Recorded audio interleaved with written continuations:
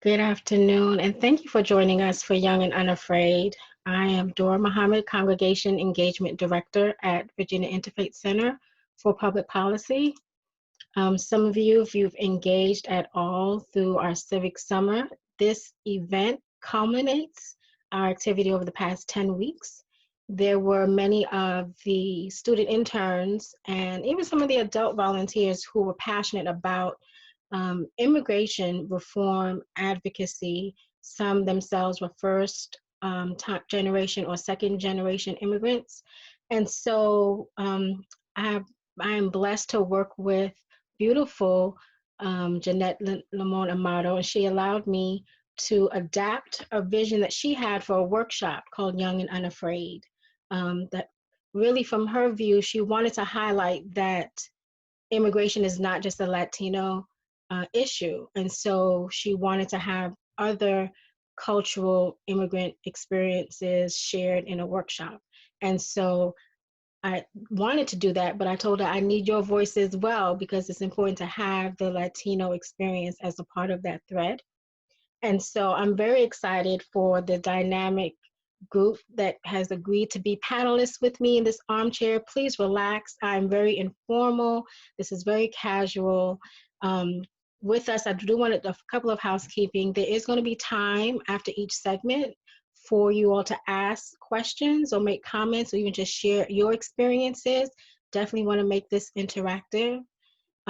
Delegate Mark Keem, who is one of our special guests to deliver special remarks.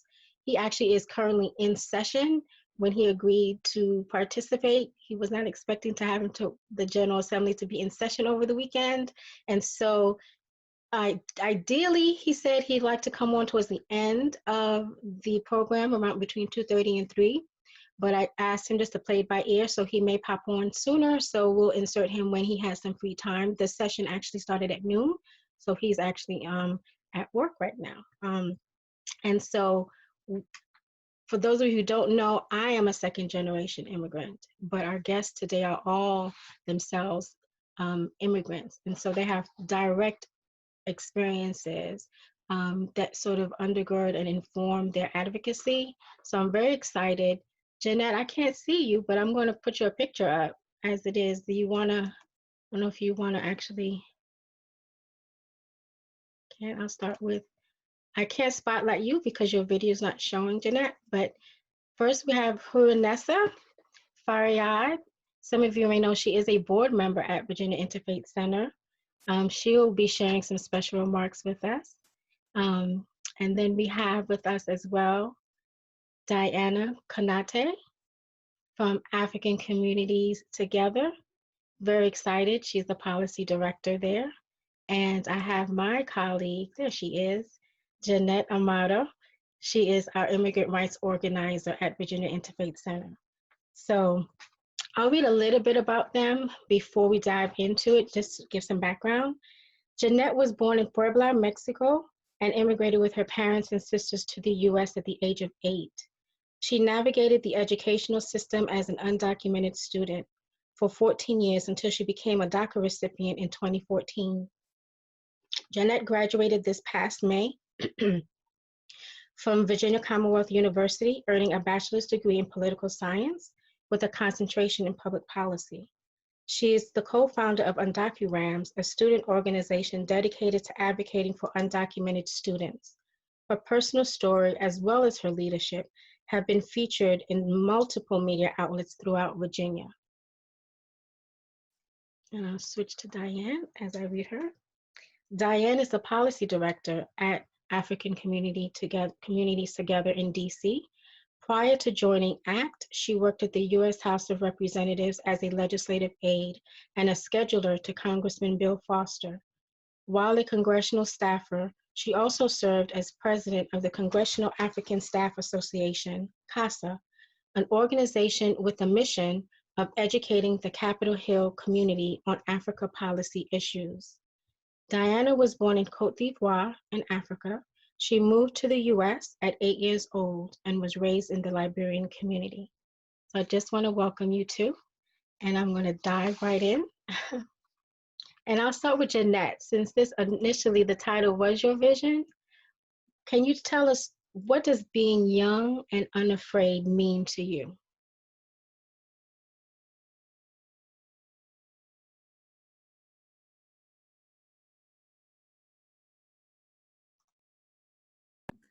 Okay, yeah, sorry, I was muted. So for me, being young and afraid, the idea came was because, as you mentioned, I am a DACA recipient, but and the possibility for DACA was because there were young and undocumented and unafraid activists that, put their lives on the line just to have such a program, in which many have been deported already. And that's what, honestly, what it means, young and unafraid, taking in onto the streets, without fear, because you don't have, without fear, without documentation, and just being a resilient part of the system, of the immigration system. So yes. Well, thank you. And Diana, same question. What does being young and unafraid mean to you?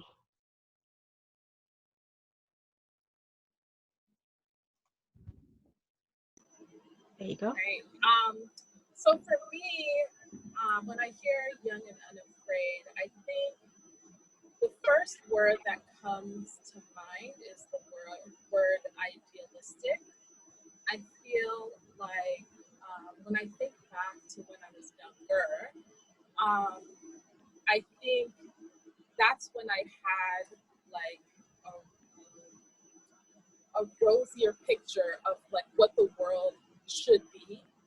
I mean, I still kind of have that image, but I feel like I have an image of what the world should be, and um, feeling like I I can affect that change, like I can bring about that change, um, and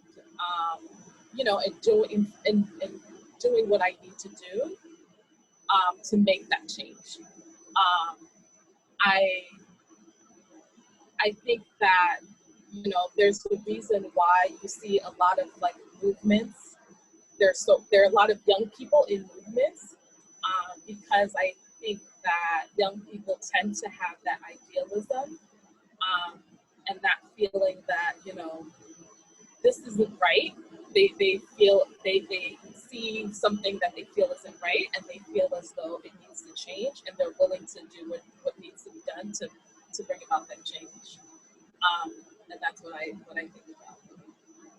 So speaking to the idealism, I want to ask you and Jeanette sort of what your earliest memory of your journey coming to the US? Like, do you remember having that idealism then as a child?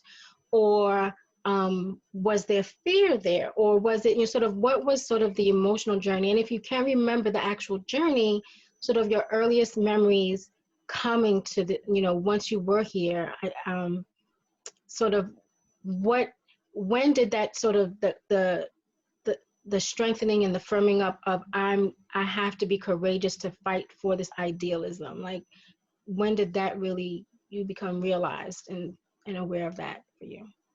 Yeah. So. Hold on one second, Jeanette. Let Diana answer first. Oh.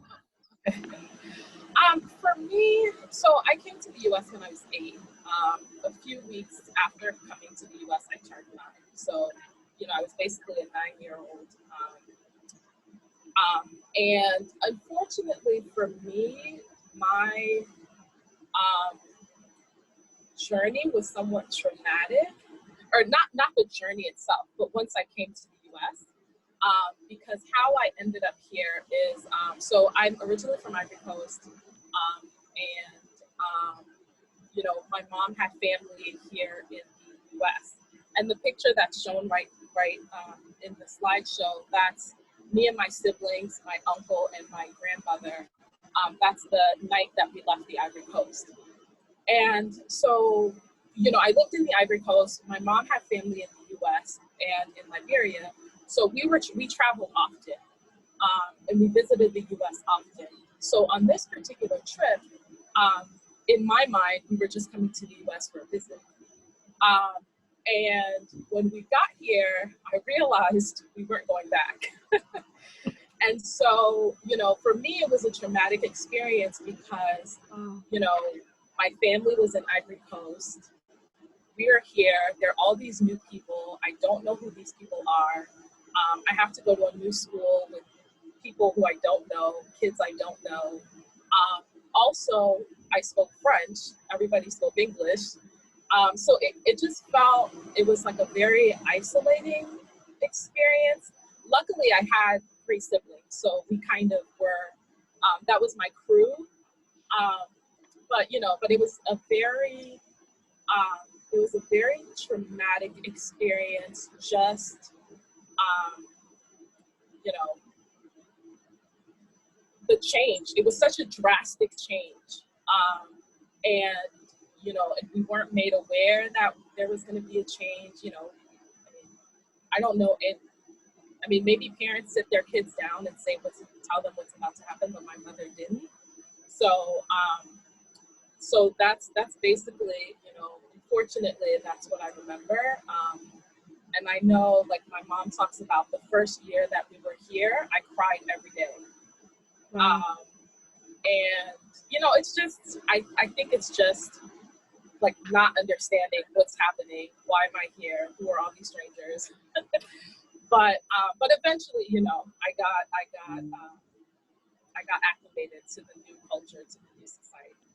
But that's my first memory going to the US. Okay. And Jeanette, sort of, what were your memories? What do you remember? So for me, I knew that I was coming to a country where I was not gonna have documentation, or I was gonna be undocumented. You know, even though I have DACA, technically I'm still undocumented, but I have a privilege, right? So, but for me, it was like, what is, at 8 years old, like, what is being undocumented really meant?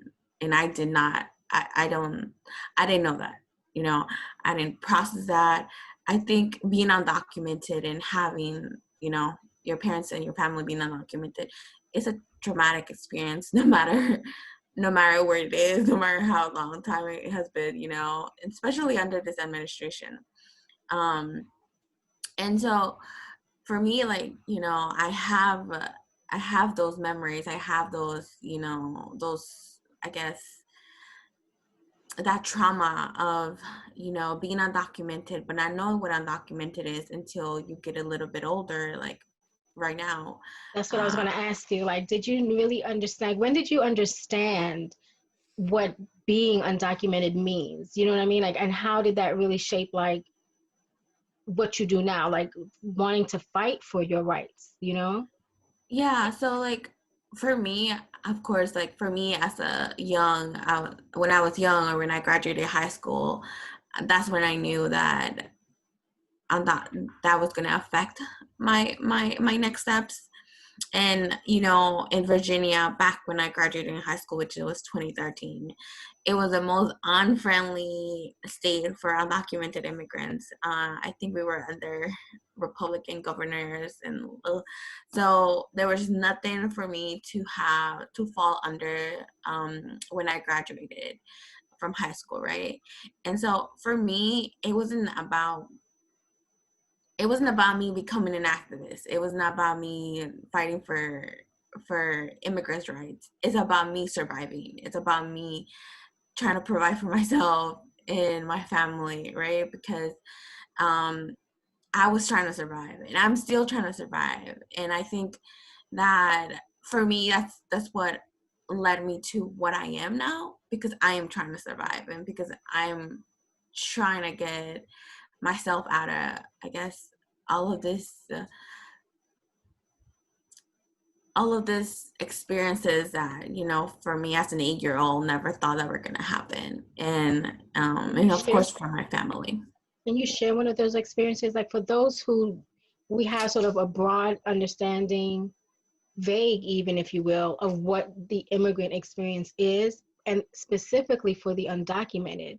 When you say that you didn't have anything, nothing under you, tell us what that means. What is that? Like, from your experiences. Yeah. So I mean, like, one like experience that I had was like when I graduated from high school, I knew I wanted to go to college, so I enrolled in my local community college. And as many of y'all might know, community college should not deny anybody from entering. It's like an open admissions for any student that applies. But for me, it wasn't like that. I had to go in with my mother and tell the admissions counselors, hey, I'm gonna pay for my school. Like here is the cash for me to pay.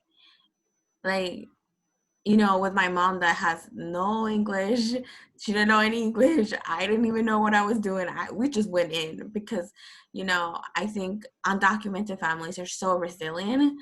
And but that is one of the experiences that you have to like go in and tell them, okay, we're like we deserve this access, and not just because of our status, but just a human decency access. And so those experiences throughout life have become, but that one is one of probably the most difficult one, because I felt like embarrassed, or I not embarrassed, but ashamed that, you know, there was that I had to come and tell admissions at my local community college that like I deserve an education. Or so for me that was very, very difficult, and as well as for my mother, because, you know, seeing her daughter that was 17 trying to advocate for herself where she couldn't, I think it was probably one of the hardest things. And Diana, do you share that? So one of the things, clearly, the language barrier, Jeanette talked about, you know, not speaking English, and you say how you spoke French coming here, but do you share a similar experience? Um, can you share one of your experiences, I suppose? So, I mean, I would say I was somewhat fortunate in that my coming up as an immigrant was a little bit before Jeanette's time, I'm sorry. And there wasn't, like, the environment wasn't as toxic as it is right now, with what we're hearing from the president, the policies being put in place. So when I was coming up, there was a portion of time when I was undocumented, but it wasn't. It wasn't. I would say the government wasn't after you in the same way that the government is after you now. Another sense of protection. Excuse me? Did you feel a sense of protection, or was it? Let me say this from my experience, like with my mom. Our communities, we're from the Caribbean immigrant community. Because we're very isolated, we're almost invisible. So there's a sense of protection because we're hidden. Do you know what I mean? Yeah. So I grew up in that time as well. Was that a similar I feel like that was part of it, Okay. And I always say I'm American passing. So when people see me, they think I'm Black American, And one of the things that helped that when we first came into the country, me and my siblings all spoke French. We didn't speak any English. My mom spoke French and English. So my mom is Liberian. So her first language was English. And, eventually she learned French. She had kids in a French-speaking country. So when she came to the U.S. with us, she made the decision that she was going to stop speaking to us in French because she wanted us to pick up the English language quicker. So we picked up English. We were all very young, so we picked up English really quickly. And then we had nobody at home speaking French to us anymore. So now, like, me and my siblings barely speak French. So we were able to, you know, that helped us. That helped us like be even more invisible, you know, like that helped us, that turned us into just regular Americans when people saw us. I remember even in high school, when I would tell people that I was from Africa, they'd be like, "You're from Africa? No, you're not." And I'm like, who lies about where they're from? But, you know, it's like, you know, so those experiences, even like when there was a time when I was undocumented and we would go, we would, you know, in high school, we would find jobs. And, you know, my mom said, you know, she made sure we never lied on any forms, just don't fill it out. So, you know, the I-9 form, we wouldn't fill it out.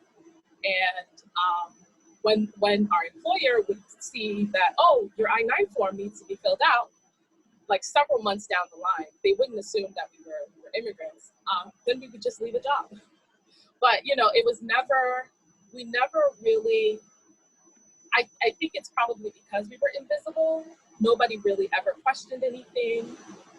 With school, I went to school. I didn't have financial aid, so we also had to pay out of pocket. But, you know, initially, I was considered an international student. Then my mom fought the school. We became in-state tuition, you know, in-state students in Virginia. But, you know, I feel as though we kind of, because we were kind of invisible, as you called it, I didn't have too much of, like, my immigrant identity wasn't at the forefront, if that makes sense. No, that's good. And actually, that's a perfect transition. So my last question, because actually I see that the Honorable Mark Keem has joined us. I believe it's him and not his staff. I don't know if I can scroll and see his face. I can't see his face. But when did your immigrant identity crystallize? Do you know what I mean? Like, when did you, you know, Jeanette spoke about in these just moving, heart-wrenching terms that this was about survival for her. And so therefore her voice had to emerge. You know, it was, I'm fighting for myself. When did for you that crystallization kind of shift? Do you know what I mean? To say, I'm making myself visible. Hear me, see me, I am present, I deserve what I deserve. I think that's probably more so happening. That shift has happened more recently with this administration. I think that, you know, when the administration came in and, you know, I saw the policies that were being implemented, I was having like a visceral reaction. I felt, I was like angry, I was sad. There was a period of time before I started working as an immigration advocate where I just did not consume any immigration related news or, you know, anything like that, because it was so emotional to read. And then, so I think that's when that shift happened, when it was very clear that there was somebody who was trying to paint a negative picture of immigrants, who was trying to make life difficult for immigrants. And at that point, I feel like I felt like this is insane. Like this just can't happen. Like, the twilight zone are we living in? And I think that, you know, just these last couple of years is when it's really come out to the forefront for me. And you know, now working in immigration policy, I feel as though I'm able to actually make some type of positive change instead of just kind of putting my head under the sand and trying to, you know, protect myself from it in a way. Now I actually feel like I'm actually moving things forward. That's beautiful. And Jeanette, just to wrap this part up. Um, yes. So I know definitely things shifted for you because you became a powerhouse organizer for your students, not just at BCU, but also with other colleges and forming an intercollegiate alliance and leading that. So when did it shift for you where this is no longer just about my life, but I'm seeing these experiences from others, let's organize together? And what propelled you into that leadership? Because you are definitely a leader. Yeah, so, and I do want to clarify that, like, when I say, it's about surviving, it's not like in a selfish way, because sometimes a lot of folks romanticize activism, Yes. And it's not about romanticizing activism. It's about actually like people's lives surviving, and it's not just my life, but it's other folks, right? So I think for me, for me and my family, because this is my experience, we have always been in fear, no matter what administration we were under. We were always in fear. We were in fear during this administration, before the administration. I remembered under the Obama administration, for 2 years, my parents and my family would be hidden. They would not go because there was ICE raids, and we would see ICE in our apartment complex. That's how fearful it was, right?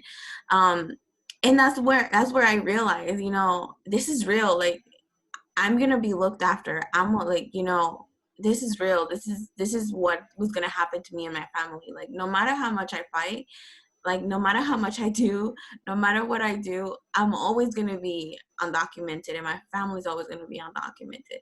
And that's when I realized that accepting the fact that I am undocumented with the privilege of DACA, but my family's undocumented, that's just who we are, and that's what we're here in this country for. That's because we are trying to survive, because Mexico couldn't provide us what we thought. But other than that, we didn't know we didn't know what this country was going to bring to us with the fear. But I think for me, just realizing that being undocumented, and that I don't want anybody else go through the same experience of going and telling hey, this is me, I need an education. I think that was a turning point for me. And I was part of a movement, of a collective movement of students, fearful students, that and then I was given the opportunity to organize and help bring more voices to the table, because it's important to have those voices. But for me, it was that collective movement, that community that I felt organizing with the students. That's for me that's like the most beautiful work I have ever experienced in my life. And that the fact that those community building has helped me just internalize, like, being undocumented.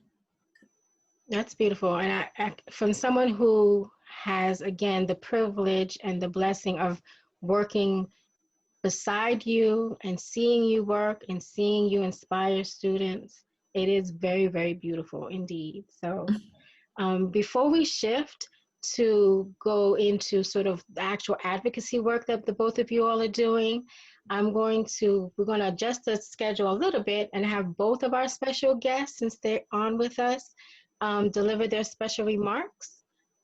So I introduced her at the beginning. We have her, Nessa, but definitely the Honorable Markeem has joined us, which I'm so very excited. Here he is. So just a little bit about him, in case you didn't know, he's a member of the Virginia House of Delegates, representing the 35th District, which is entirely within Fairfax County. In 2009, he became the first Asian-born immigrant and the first Korean American elected to any state-level office in Virginia. As a member of the bar in 2 states, he has practiced law in the executive and legislative branches of federal and local governments. Active in the community, he has helped start or worked with dozens of nonprofit organizations that focus on his passions, including civic engagement, serving immigrants and minorities, developing youth leadership, and promoting literacy and lifelong learning. Welcome, my friend. Mark, you have the floor. It takes a minute to unmute. There you go. Well, first of all, it's great to see all of you. Thanks, Dora, for your kind introduction and for inviting me to be part of this. I don't know if I'm in order or out of order, so I'm happy to wait and hear from the wonderful speakers. I joined about 5 or 6 minutes ago, and I did hear some of your presentations. I heard Annette, and I think Diana as well. Thank you for sharing. Do